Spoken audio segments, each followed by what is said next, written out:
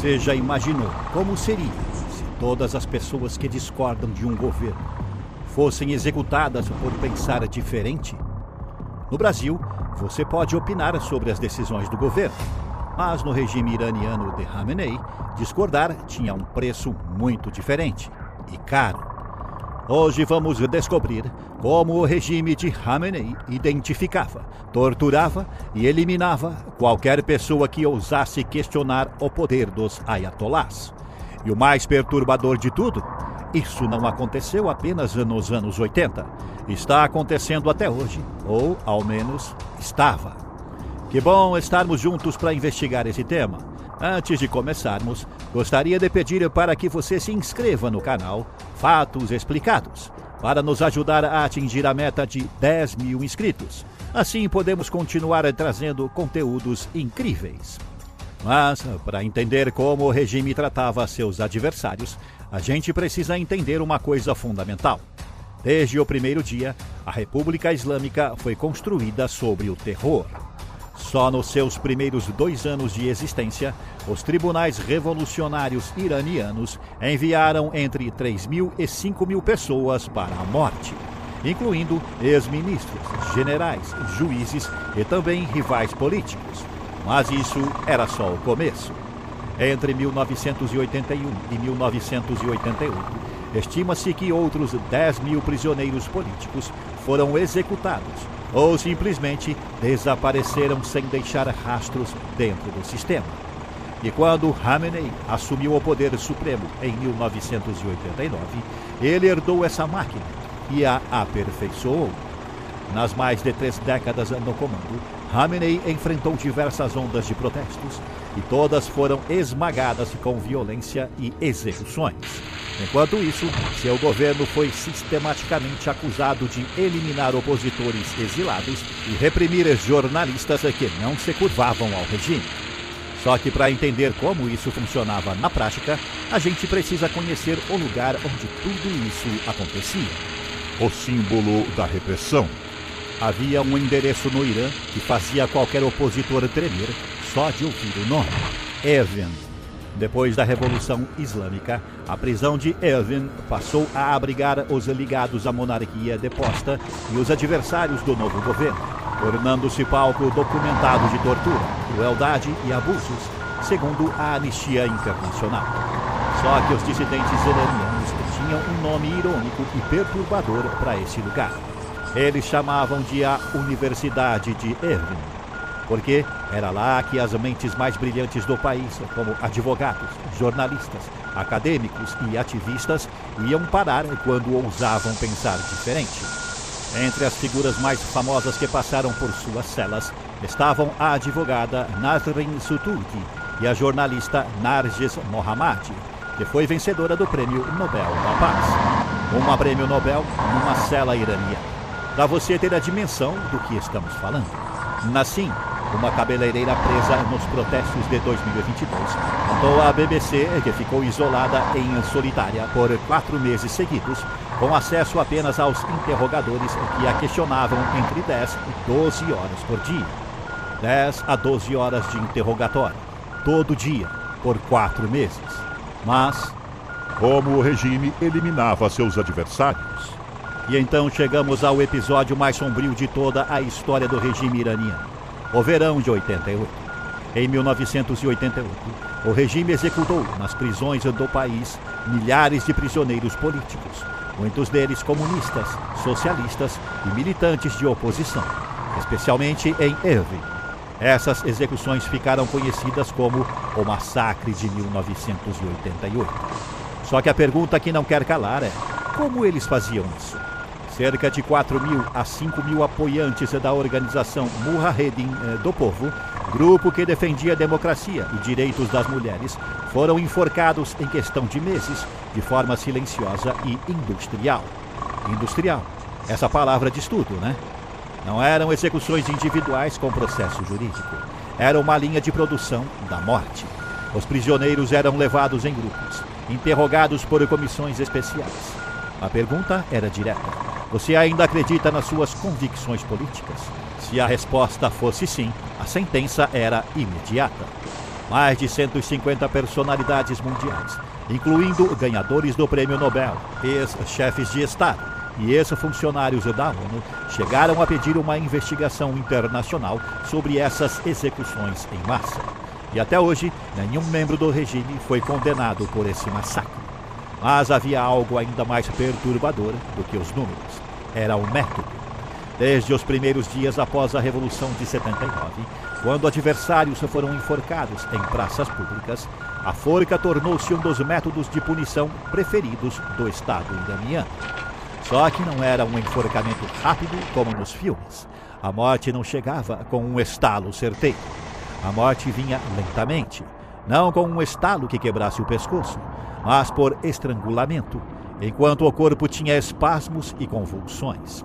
E isso era calculado, deliberado, porque o regime não queria apenas matar, queria que todos vissem, queria que a mensagem chegasse clara para cada iraniano que pensasse em protestar e discordar do regime. Nos casos de retribuição, a lei iraniana permitia à família da vítima insistir na execução, e o ritual podia se tornar ainda mais brutal, com familiares por vezes chutando pessoalmente o banco em que o condenado estava apoiado. Só que o mais assustador de tudo é que o braço do regime não parava nas fronteiras iranianas. Em 13 de julho de 1989, em Viena, na Austrália, Abdul Rahman, secretário-geral do Partido Democrático do Kurdistão do Irã e um dos líderes da oposição mais respeitados, foi assassinado a tiros num apartamento por 3 representantes da República Islâmica que o convenceram de que o regime queria negociar com ele. Eles usaram a promessa de paz como armadilha. E a parte mais revoltante, os 3 assassinos foram soltos pelo governo austríaco com medo de retaliações. Nenhum foi julgado ou condenado. Em 1997, um tribunal alemão emitiu um mandado de prisão internacional contra o ministro da inteligência iraniano, Ali Falahan, após declarar que assassinatos num restaurante em Berlim foram ordenados por ele, com o conhecimento de Khamenei. E se você acha que tudo isso ficou no passado, a gente precisa conversar sobre o que aconteceu bem recentemente. Em novembro de 2019, iranianos foram às ruas a protestar contra o aumento do preço da gasolina. Manifestações de proporções históricas foram reprimidas com munições reais. Detenções arbitrárias se multiplicaram. Relatos de violência sexual e execuções extrajudiciais tornaram-se recorrentes. O corte sistemático de internet e eletricidade foi utilizado como arma política. Milhares morreram. Muitos mais foram detidos. Hospitais foram pressionados a não reportar dados sobre feridos. Em 2022, após a morte da jovem curda Mahsa Amini, dentro de uma delegacia da polícia moral, as ruas iranianas explodiram de novo. A resposta do regime foi idêntica. As acusações contra manifestantes seguiam um padrão imutável. Inimizade contra Deus, combinada com corrupção na terra. As provas eram ridículas, os julgamentos relâmpago e os desfechos definitivos. As famílias eram avisadas para não se manifestarem. A lógica por trás do terror. Bom, aqui a gente precisa entender uma coisa que parece absurda, mas faz todo sentido dentro da lógica do regime. Por que matar tanta gente? Por que de forma tão brutal e visível? O regime esperava que o medo da corda tivesse sucesso onde a propaganda havia fracassado. Esperava que o simples conhecimento de que um protesto podia levar não apenas à prisão, mas à forca, esvaziasse as ruas. Pense no terror como um sistema de controle. É como se o regime dissesse: não importa o que você pensa, importa o que você faz. E se você agir, nós mostramos para todos o que acontece. Só que havia uma contradição fatal nesse cálculo. O uso excessivo da execução não é a linguagem da força, mas do desespero. Quando um regime está seguro, pode-se dar ao luxo de demonstrar pelo menos a aparência do devido processo. Quando está inseguro, recorre ao instrumento mais absoluto que possui.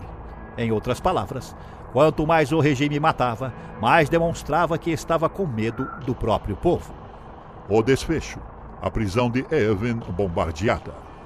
E aqui a gente chega num momento que parece simbólico demais para ser real.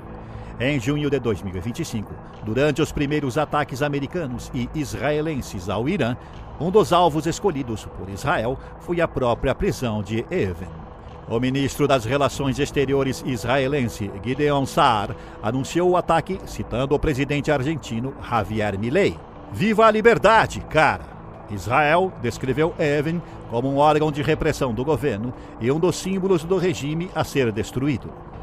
O lugar que durante décadas engoliu jornalistas, advogados, ativistas e mães que protestavam foi bombardeado como alvo militar. A fragmentação brutal da oposição iraniana ao longo de décadas, resultado da repressão sistemática desde 79, é o que dificulta agora qualquer transição organizada para algo diferente. Ou seja, o regime destruiu com tanto sucesso qualquer forma de organização política alternativa que, mesmo com sua estrutura abalada, o vácuo que deixa é assustador. Mas e aí? O que você acha de tudo isso? Um sistema que durou 47 anos, que executou entre 15 a 20 mil dos próprios cidadãos só na primeira década, que assassinava adversários em apartamentos europeus, que mantinha uma Nobel da Paz presa em uma solitária.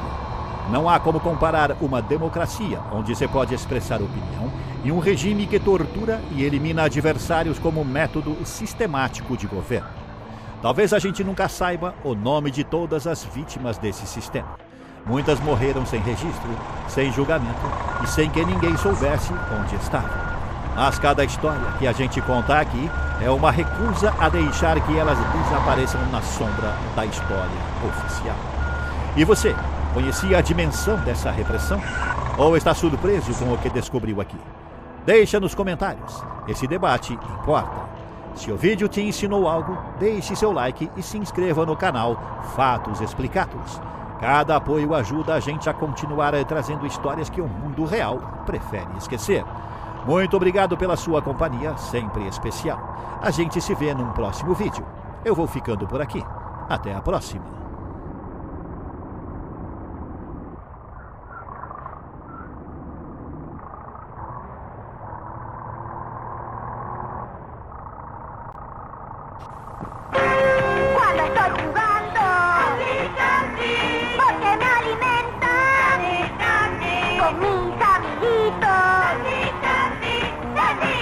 Le gusta, los alimenta, permitido a toda hora.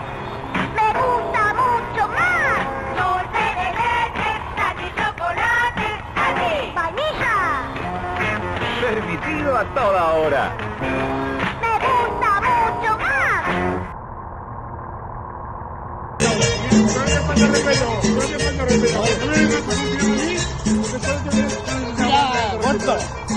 A mí gordo la chota. No me saques tu pierna a mí porque soy el vos. No me saques un fierro. A mí no me saques un fierro. ¿Qué me vienes a sacar un fierro, boludo? ¿Quién te cree que sos? No, ¿quién te cree que sos? ¿Quién te cree que sos? ¿Quién te cree que sos que me sacas un fierro, pelotudo? A mí chupa la pizza, yo no he visto policía federal. Yo no soy la pizza policía federal. ¿Qué me vienes a sacar por un fierro? A mí yo no me soy la federal. ¡Ay! ¡Fíjate, Karina! ¡Llamá a la policía! ¡Fíjate! ¡Llamá a la policía! ¡Llamá a la policía!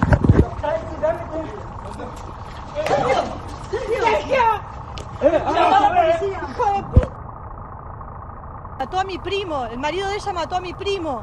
Ponete en mi lugar. Arruinó toda una familia el marido de ella y ella es cómplice de lo que hizo. Y la carga penal va a caer sobre el policía retirado. El fiscal descarga toda la acción sobre el policía retirado y ahora tiene que resolver el juez. Yo soy Karina, soy a la que ella vino anteriormente a decirme, hija de mil puta, apagame la música. ¿Esa fue la declaración de la señora antes de que pase todo esto? Sí, yo le dije que yo nunca le falté el respeto a ella. Y salí. Cuando salgo yo, salí ella por atrás mío. Y después a los 2 minutos vuelve el marido. Y ahí fue cuando pegó el tiro. O sea que ustedes tienen identificado no solo al hombre como violento, sí, sino también a ella. También ella. Pero más que nada el hombre. Y ella también es cómplice, porque aguanta todo lo que él hace. Mató a mi primo, el marido de... Esta es Blue Radio. En Bogotá, 96.9 FM. En Medellín, 97.9 FM. En Cali, 91.5 FM. En Barranquilla, 100.1 FM. En Neiva, 103.1 FM. En Villavicencio, 96.3 FM. En Armenia y el norte del Valle, 94.1 FM. En Tunja, 103.1 FM. En Bucaramanga, 960 AM. Y en Cartagena, 1090 AM. También en bluradio.com. En Facebook, Blue Radio Colombia. Y a través de Twitter en @BlueRadioCo.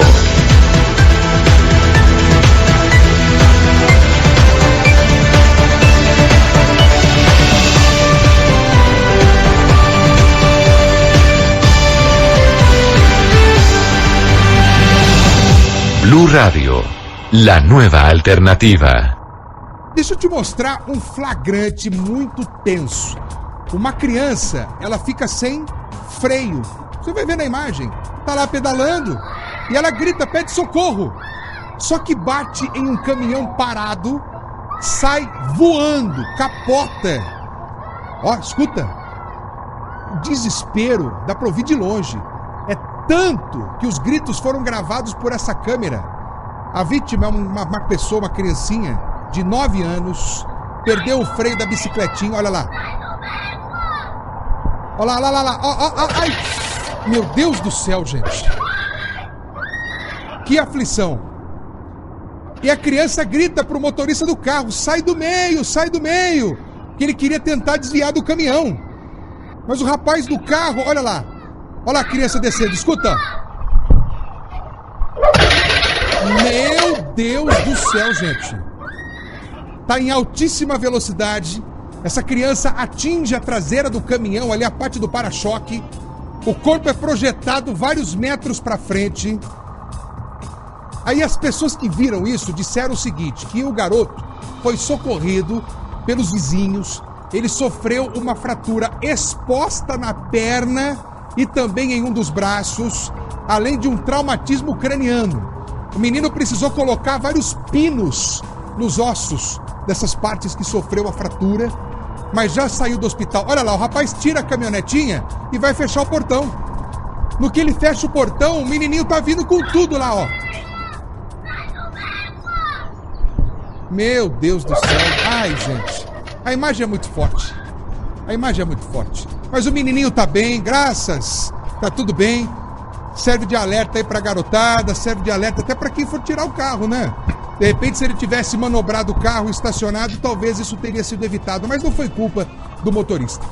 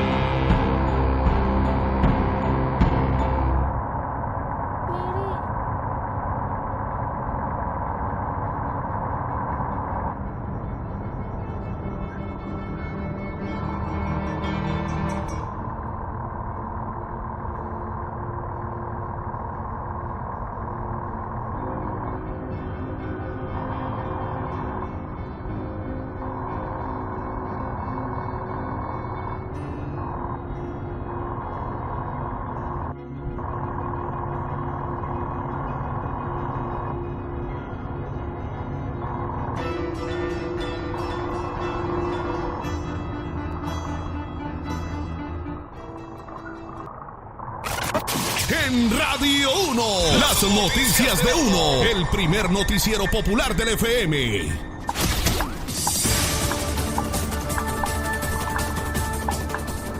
Presentamos a esta hora las 3 noticias más importantes destacadas por Radio 1.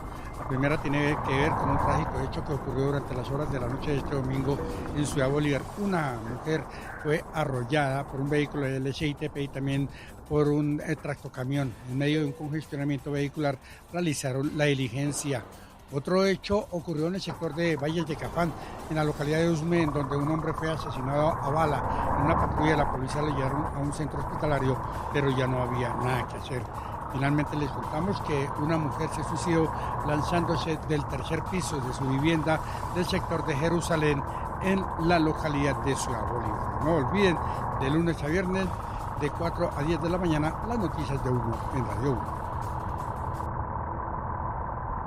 O senhor está sendo profundamente infeliz numa crítica violenta feita sem conhecimento de causa. É preferível nós aplicarmos nossa consciência, nossa sabedoria no esporte, que é o caminho mais curto para afugentar a juventude e a criança das drogas, do que nós pensamos em bomba atômica, não é verdade? O senhor está sendo profundamente infeliz numa crítica violenta feita sem conhecimento de causa. Os países desenvolvidos todos sabem que o domínio do poder nuclear é uma questão de soberania nacional. Quando eu propus aquilo naquela ocasião, e esse aqui não é o palco para essa discussão, prefeito não tem poder para isso, o que eu queria dizer era que se Hiroshima, em 1945, tivesse o poder nuclear, jamais teria sido destruída pelos Estados Unidos como o foi. E nada garante que num futuro próximo isso não possa voltar a ocorrer. Queria dizer para a população de São Paulo que o esporte é fundamental, mas que eu sou educador há mais de 3 décadas. E meu esforço todo será investido em fazer com que o cérebro da criança que está nas ruas, que, como Aristóteles dizia, é um livro com as páginas em branco, que esse cérebro não seja contaminado.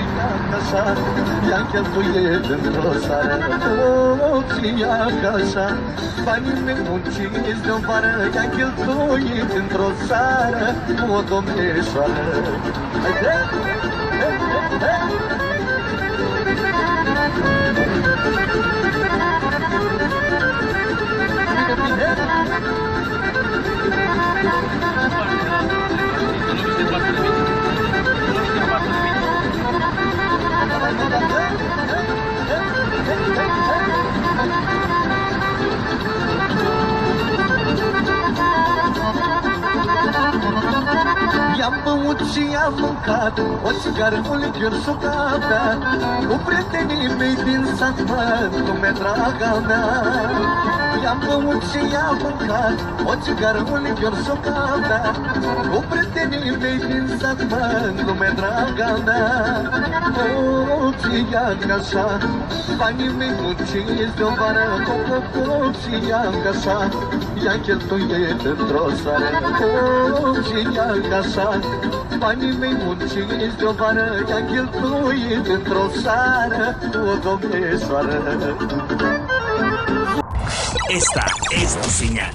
95.7. Estaremos ok contigo.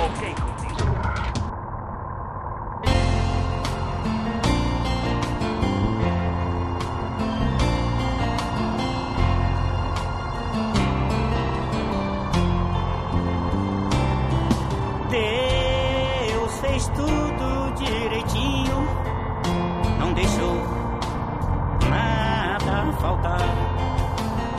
Fez os céus e fez a terra, fez as águas, fez os mares, ainda deixou espaço para os pássaros voar em paz. Deixou meu coração pra você brincar de amar. Fez você pra mim, eu, este grande homem pra você. Fez você pra mim, eu, este grande homem pra você. Fez as nuvens, fez a chuva, fez as lágrimas em nossos olhos. Pra quando nós quiser chorar, fez rios e ondas de carinhos. Nas curvas deste teu corpo lindo, amor, eu vou navegar no amor. Pra quando nós estivesse amando, fez o gelo, fez o fogo, queimando o meu coração. Isso fogo ardente da paixão. Fez o gelo, fez o fogo, queimando o meu coração. Isso fogo ardente da paixão. Fez meio mundo de ciúme, amor, dentro de mim, ciumando de você. Fez o azul, o infinito, tudo é mais bonito, amor, quando eu e você estamos se amando. Fez o azul, o infinito, tudo é mais bonito, amor, quando eu e você estamos se amando.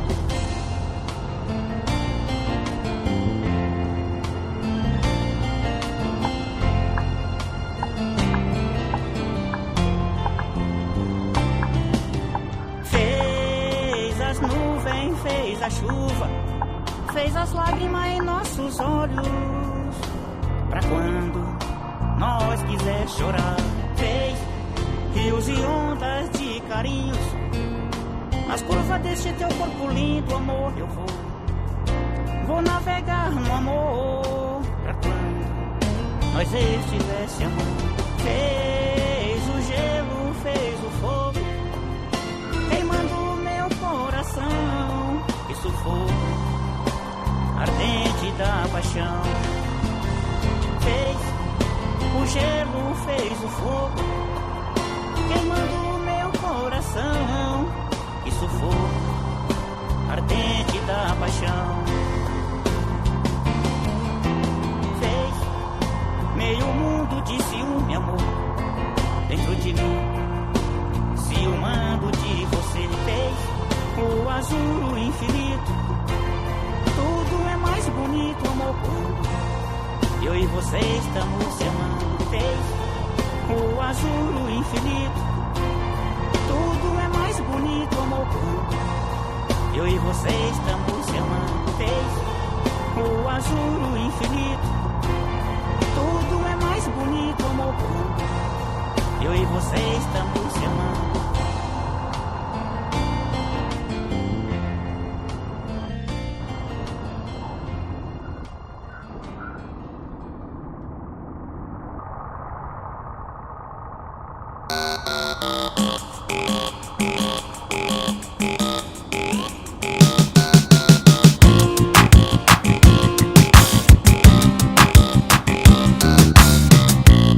Quando eu bebia só falava no inglês.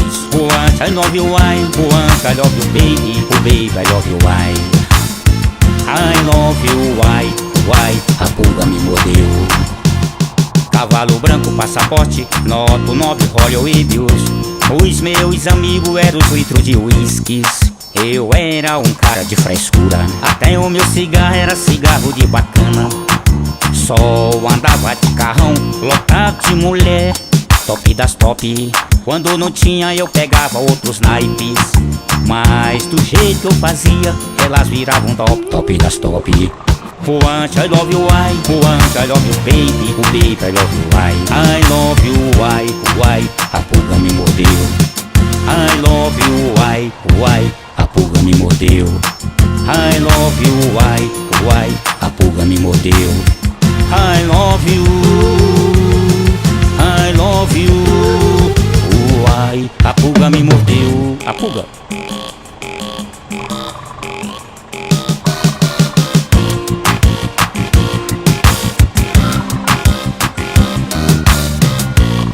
Quando eu bebia só falava no inglês.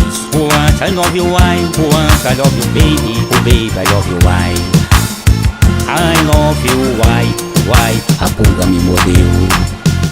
Cavalo Cavalo branco, passaporte, noto 9 Royal Ibius. Os meus amigos eram os litros de whiskies. Eu era um cara de frescura, até o meu cigarro era cigarro de bacana. Só andava de carrão, lotado de mulher, top das top. Quando não tinha eu pegava outros naipes, mas do jeito que eu fazia, elas viravam top das top. Puante, I love you, why? Puante, I love you, baby. O baby, I love you, why? I love you, why? A pulga me mordeu. I love you, why? A pulga me mordeu. I love you, why? A pulga me mordeu. I love you, why? A pulga me mordeu. A pulga.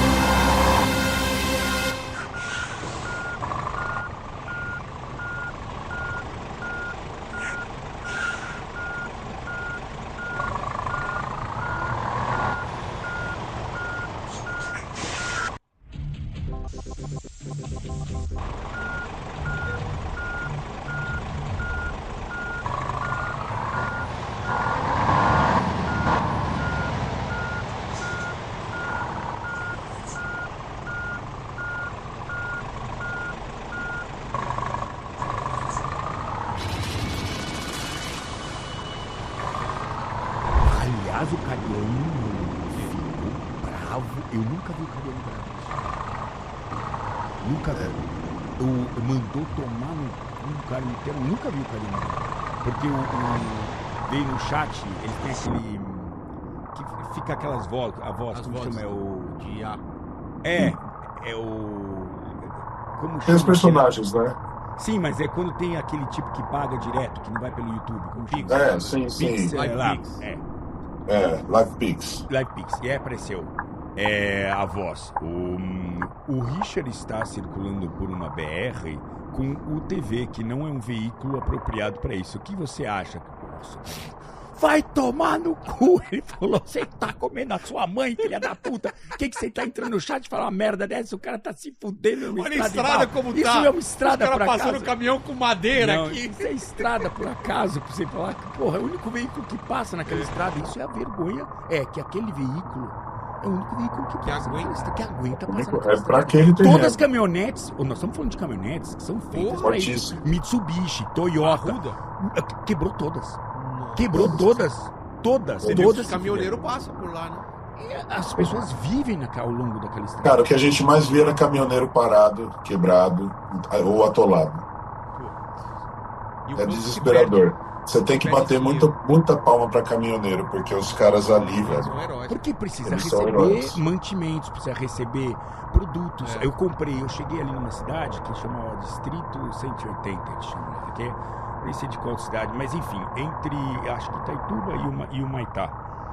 E aí eu cheguei na frente dos caras e tive que comprar uma roupa, porque minha mala não tava comigo, tava no nosso caminhonete. Como eu cheguei na frente, falei, vamos comprar uma camiseta e uma bermuda, eu juro, pra mim e pro meu operador de câmera. R$360 gastei. Uma camiseta, assim, lojinha, camiseta comum. Sim. E uma coisa, eu comentei, falei, nossa senhora, caro, né? Uma coisa.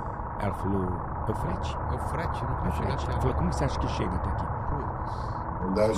Só tem a estrada, não tem barco, porque não tem rio aqui pra chegar, não tem aeroporto de avião, só vem de caminhão. É caro.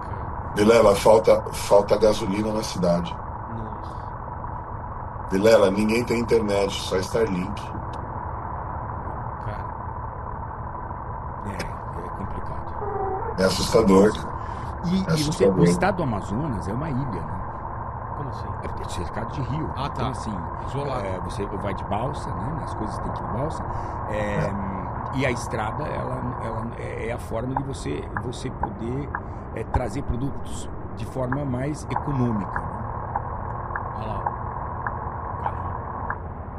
Essa foi montagem que fizeram aqui. Ah, é montagem? Porque tá na estrada de terra. Né? Ah, tá. Eu já estava em Manaus. Graças a Deus, a gente só teve essa intervenção aí no final da viagem, né? Até porque tem de Santarém a Manaus tem acho que 2 postos. Manaus tem um posto da Polícia Federal quero dizer, fez o seu trabalho. Tá? Por quê? Porque efetivamente, e eu sabia disso, este veículo, eu não consigo emplacar esse veículo. Apesar desse veículo, sabe que esse veículo que eu andei aí? Um veículo de 200 conto, né? 200 mil reais? 200 mil reais. Tem pisca, tem farol baixo, farol alto, tem cinto de segurança. Tudo automatizado. Aliás, cinto de segurança 3 pontos, né? Tem. Mídia. Tem tudo. Tem airbag não tem, tem né? tudo. Airbag não tem.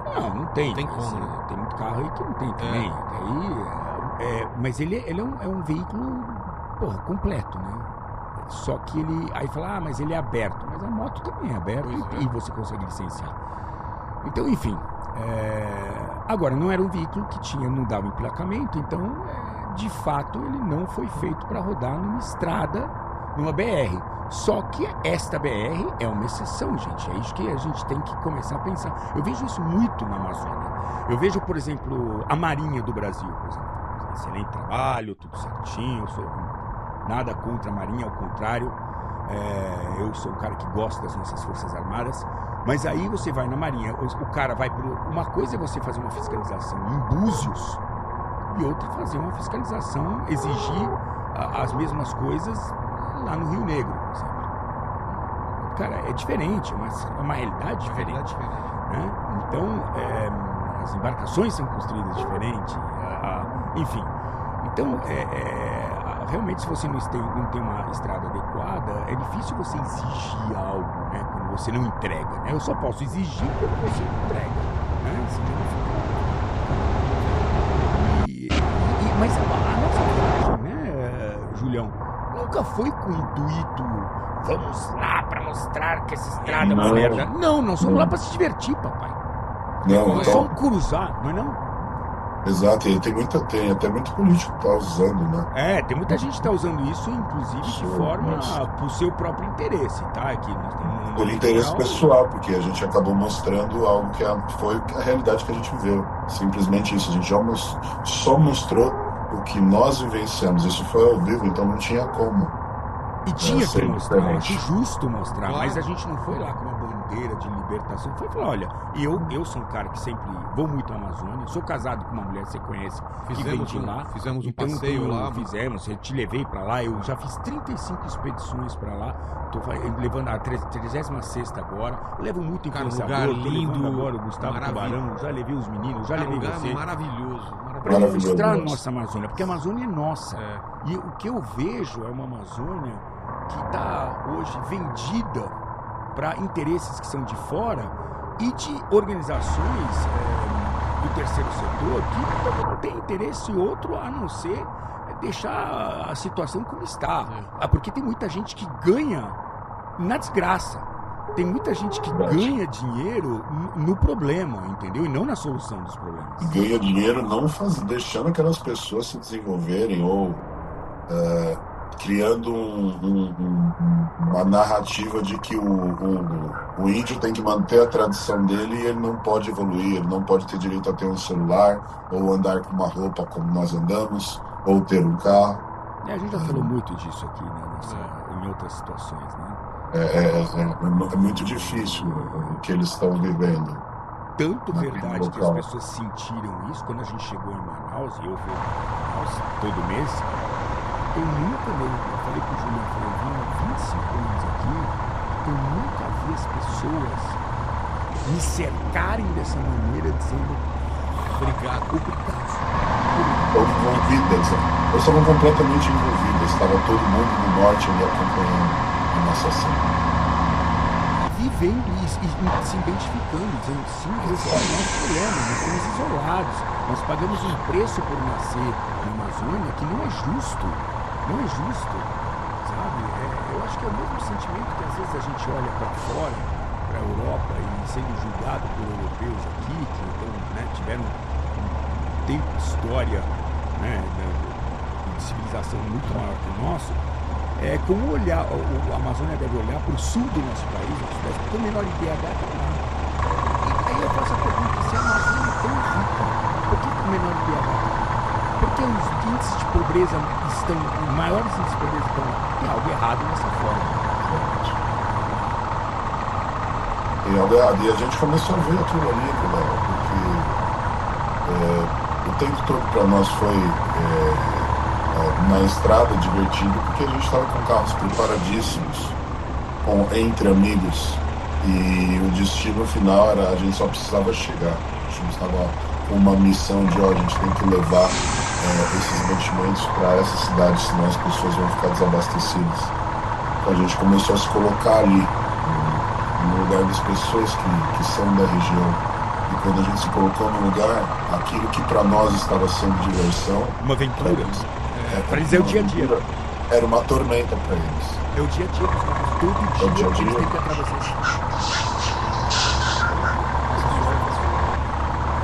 É assustador, cara. Assustador. Eu não vi, na verdade eu não vi, né, Vilela? Em nenhum momento uma obra. Eu não vi em nenhum momento uma ponte pavimentada. Todas as pontes são de madeira. Dos 1.700 quilômetros que nós percorremos, 1.900 quilômetros que nós percorremos, acredito que 100 a 150 no máximo quilômetros eram pavimentados com asfalto regular. Aí você tinha mais uns 150 quilômetros de buracos, que eram 50... Que é pior asfalto, buraco, exato. A terra. É mesmo? Era 50% asfalto, 50% buraco, para você ter uma noção. Falando de 50% mesmo. Então você coloca aí 50 quilômetros de buraco, 50 quilômetros de estrada nessa ponta. E o resto era terrão. E a gente estava até, graças a Deus, quando chegava no terrão e não tinha mais os buracos, porque era muito pior percorrer pela parte esburacada do que pela parte de terra. Mas aí a gente se deparava com os atoleiros e uma fila imensa de caminhões parados, que os caminhoneiros passam semanas esperando para poder escoar sua carga no porto. Olha quanto se perde de dinheiro. Porque não pode se perde de dinheiro. A gente hoje, a gente nessa questão da estrada ferro branco, que escoa ali, a produção, por exemplo, da soja que sai do Mato Grosso para o Pará. Isso. Estrada de ferro, não pode. Por quê? Questão ambiental. Sendo que a economia de CO2 que a gente vai deixando de despejar na natureza, achei que fosse importante. Pelo jeito não é. Entendeu? Porque você, numa ferrovia, você acabaria com grande parte dos caminhões que estão ali circulando, então você vai ter muito menos CO2. Fizeram uma conta lá, se não me engano, é aproximadamente 40% do CO2 lançado na estrada. Queriam deixar de ser lançado. Deixar de lançado. Eu acho que isso fosse importante. Mas às vezes parece importante quando é necessário usar, mas não é quando é necessário usar. É muito seletivo isso. Olha para lá, é o ambiente da seletividade. Né? Depende de que lado você está da cerca, você puxa mais para cá, ou puxa para lá, acerta um pouquinho mais para cá ou para lá.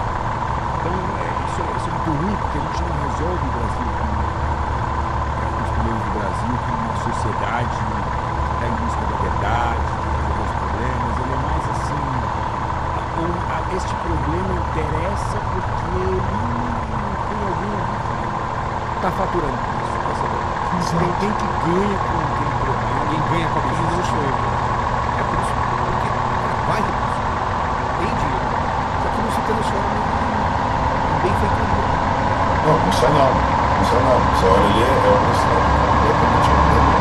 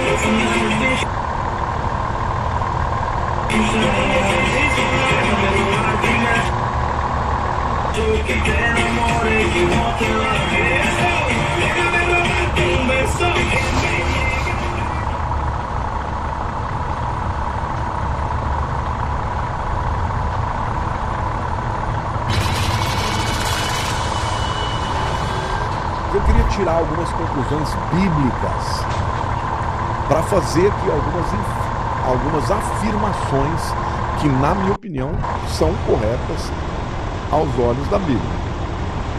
Primeiro, eu não acredito que os Estados Unidos vão derrubar o regime e implantar um governo democrático. Porque não vão conseguir. Porque não vão conseguir.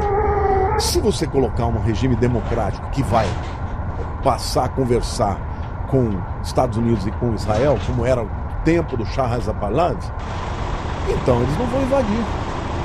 E na Bíblia está dizendo que eles vão invadir.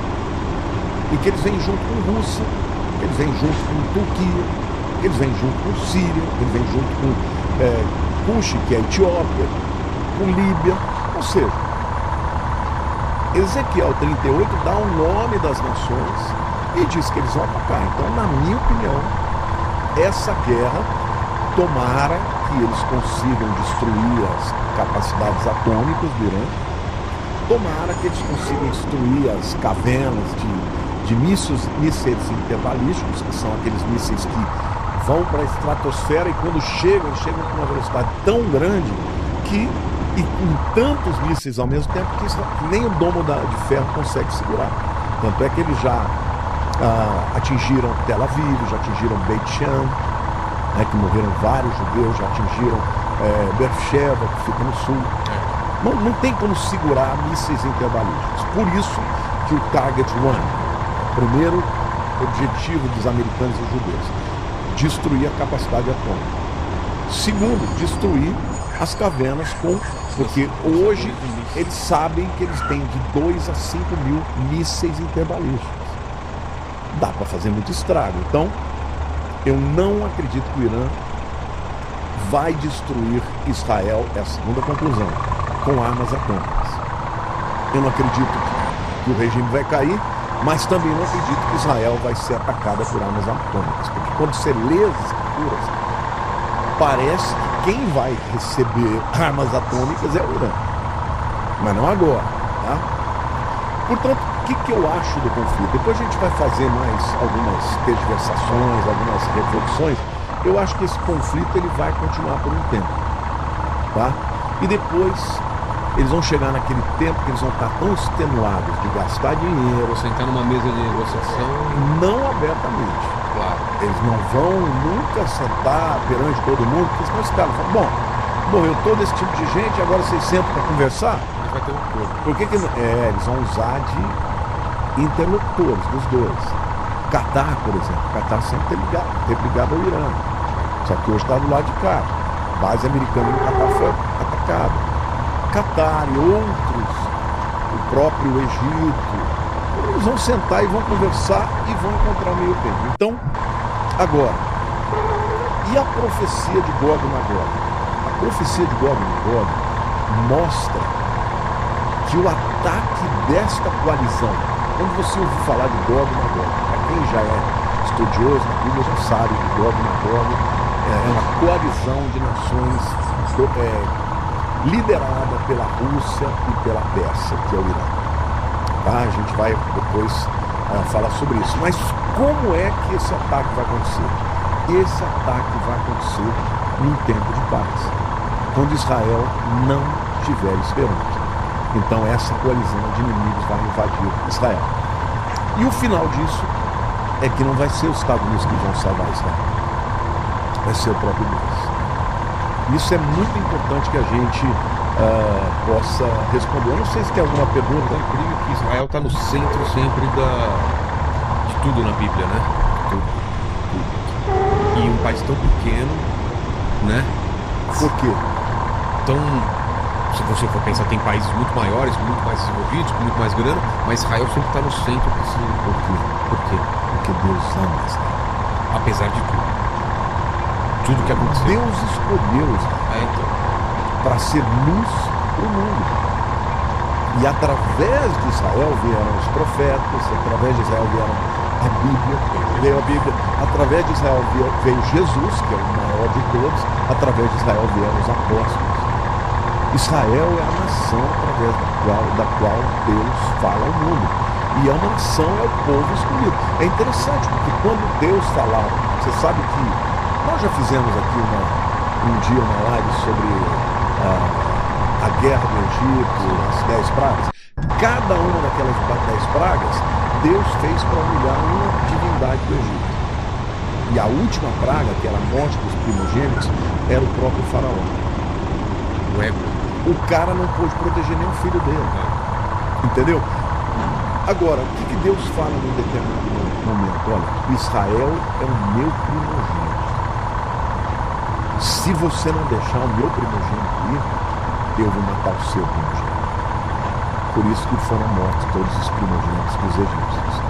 E dos judeus não, porque eles estavam debaixo, né, do sangue nos umbrais da porta, e ali foi instituída a Páscoa. Agora, tem alguma pergunta? Tem. Vou fazer uma pergunta aqui da Beatriz. Ela está perguntando aqui, ó. Não sei se podemos marcar datas, mas na sua opinião, pastor, estamos nas dores do parto? E a construção do terceiro templo vem depois da guerra de Gog e Magog ou antes? Beatriz? Isso. Excelente pergunta, Beatriz. Bom, que nós estamos nas dores de parto, não tem dúvida. Porque quando você lê Mateus 24, todos os sinais que ele fala que são dores de parto estão acontecendo. Vamos lá. Todos. Vamos ler lá para você ver. Mateus 24. São vários sinais. São muitos sinais. Na verdade, são 7 sinais. Eu vou lendo aqui para vocês, olha. Vede que ninguém vos engane, porque virão muitos em meu nome dizendo, eu sou Cristo, e enganarão muitos. Então, é o espírito de engano, falso profeta. 2. Certamente os ouvireis falar de guerras e rumores de guerras, segundo sinal. Vede, não assusteis, porque é necessário assim acontecer, mas ainda não é o fim. É o princípio de dores. Portanto, se levantará nação contra nação e reino contra reino. Aí fala.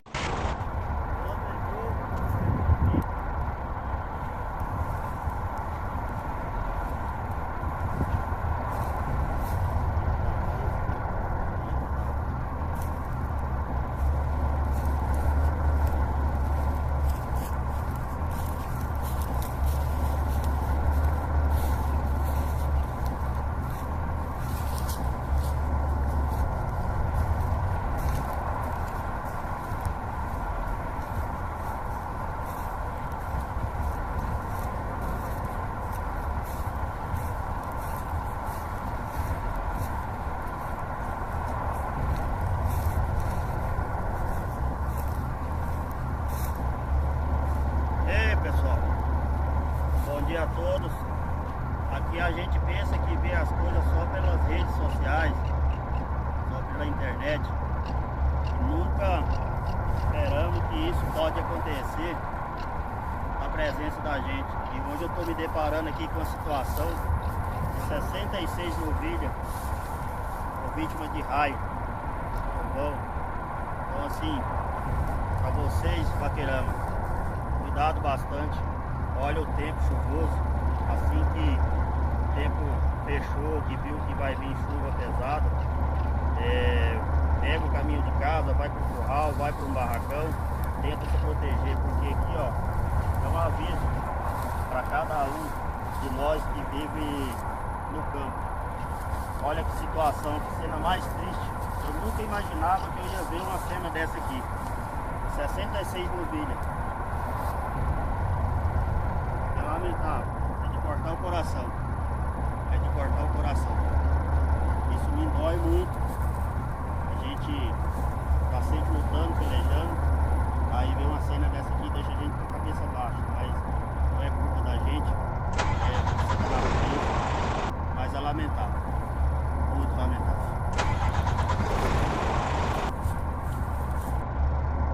Não só de guerras entre países, mas em guerras étnicas. Por exemplo, quando fala nação contra nação, a palavra no original é etnia. São guerras étnicas. Guerras entre brancos e negros, guerras entre judeus e árabes. Isso é guerra étnica. E depois, quando ele fala de reino contra reino, é Basileia contra Basileia. Aí é país mesmo. Aí ele diz, porém tudo isso é o princípio de dores. Por isso nós estamos nessa época. Então sereis atribulados e vos matarão. Sereis odiados de todas as nações por causa do meu nome. Será que as pessoas não estão percebendo como tem gente odiando Israel de graça? Como tem gente odiando o antissemitismo crescendo, recrudescendo, e até perseguição mesmo a cristãos que estão morrendo na África e em muitos lugares. Nesse tempo, muitos vão se escandalizar, trair e odiar uns aos outros. Levantar-se-ão muitos falsos profetas e enganarão a muitos. E se por se multiplicar a iniquidade, o amor se esfriará a quase todos. O que é a multiplicação da iniquidade? Apostasia? Epstein. Tem coisas. Você conseguiu ver o episódio na Netflix que fala sobre ele? Vi. Eu não consegui. Fiz vários episódios. Que coisa é canibalismo, né? É canibalismo, é satanismo, é maldade com criança. Meu Deus, pedofilia, tudo que tem de mais. Tentei não falar a palavra. Aqui não pode, né, cara? Mas é isso. Agora, tem de tudo. E gente do mais alto escalão. Eu não sei se você viu aquele Globo de Ouro em que o Rick Gervais ele foi apresentar aquele espetáculo. Ele falou, né? Ele falou, olha, eu nunca mais vou estar aqui, então eu vou aproveitar. I don't care. Eu vou falar o que eu tiver que Vocês vêm aqui, recebam o prêmio, não falam nada, vocês não estão na posição de falar nada. Vocês são amigos do Epstein, eu sei o que acontece. Eu sei que vocês gostam de pedofilia e ainda falou assim, tem gente aqui que vem lacrar, que vem querer ensinar. Vocês não estudam, tem gente aqui que não estudou nem metade do que a Greta Thunberg. Exatamente. Que não vai para uma sala de aula de jeito nenhum, né? Ou seja, mas o que a Bíblia fala sobre o esfriamento do amor por causa da multiplicação da iniquidade é um sinal da vida de Jesus. Então, na verdade, nós estamos vivendo esse tempo.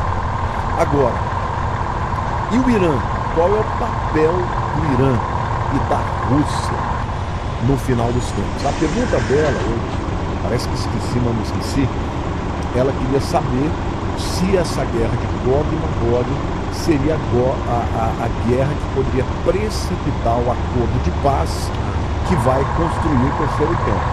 Essa é uma das opiniões. Os teólogos divergem. Uma segunda opinião é que esta guerra de Gog e Magog vai acontecer dentro da tribulação, que vai gerar uma guerra, a terceira guerra mundial, e vai estar dentro da grande tribulação. Mas eu vou ler para vocês, bem devagar, explicando para vocês, Ezequiel 38, de 14 a 23. Deus fala assim, portanto, ó filho do homem, falando para Ezequiel, profetiza e dize a Gog. Gog é um ser humano, tá? É o líder da Rússia. Eu vou explicar por quê. Assim diz o Senhor Deus, acaso naquele dia, quando o meu povo de Israel habitar seguro, você não saberá? Está vendo? O povo está seguro. Você virá do teu lugar do lado do norte, se você fizer uma linha de Jerusalém, sobre o norte você dá em Moscou. Tu e muitos povos contigo, montados todos a cavalo, grande multidão e poderoso exército, subirás contra o meu povo de Israel, como nuvem para cobrir a terra. Nos últimos dias, hei de te trazer contra a minha terra. Deus está falando, sou eu que vou te trazer, não é você que vai escolher. Por isso, não é que eles vão decidir, não. Quando Deus quiser fazer isso, Ele vai fazer para glorificar o seu próprio nome. Ele diz assim, olha,